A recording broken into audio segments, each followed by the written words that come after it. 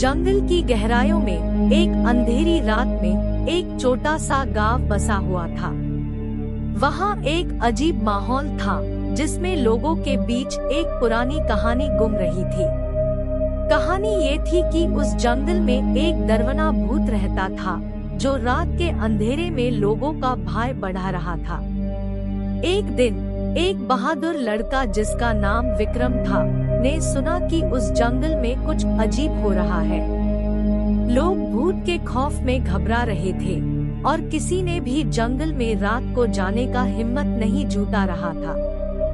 विक्रम, जो खुद बहुत हिम्मत वाला था, ने फैसला किया कि वो खुद जाके देखेगा कि सच में क्या हो रहा है। रात के अंधेरे में विक्रम ने अपने साथी श्याम के साथ जंगल की तरफ कदम बढ़ाया। जंगल में घुंघरू की आवाज, हवाओं में छुपी कुछ अजीब सी सिसकियां, सब कुछ उन्हें डरने लगा। फिर एक कोना में वो दोनों ने एक पुराने हवेली को देखा।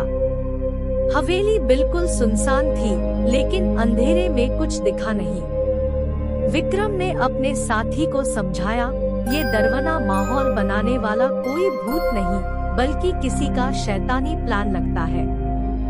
दोनों ने हिम्मत जुटाई और हवेली के अंदर दाखिल हुए। अंदर जाते ही उन्हें एक पुराने दरवाजे की तरफ कदम बढ़ते हुए देखा। दरवाजा खुला हुआ था और एक बड़ा कमरा अंदर था। कमरे के बीच में एक पुरानी मोमबत्ती जल रही थी। फिर कुछ आवाजें सुनाई देने लगी। विक्रम ने अपने साथी से कहा, ये आवाजें तो लगती है जैसे कोई रो रहा हो।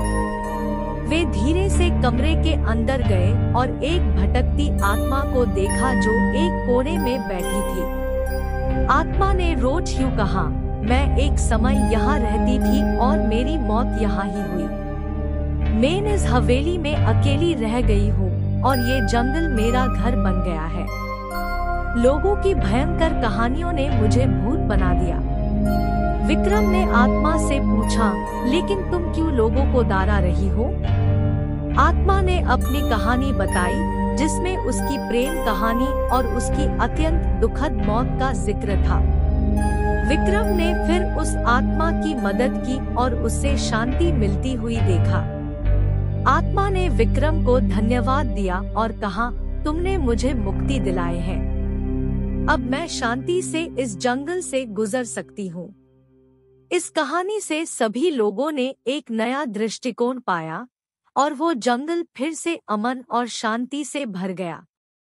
विक्रम ने अपने साथी श्याम के साथ अपने घर लौटे, लेकिन उनके मन में ये अनुभव हमें